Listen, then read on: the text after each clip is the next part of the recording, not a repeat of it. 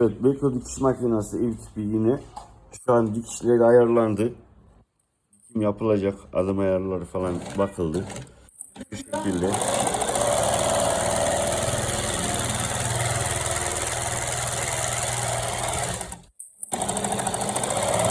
Evet.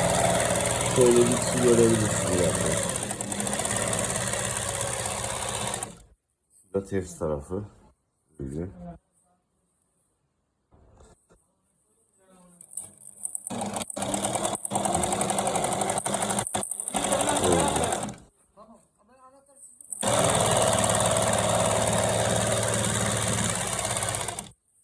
Sağlıklı günlerde kullansın müşteri.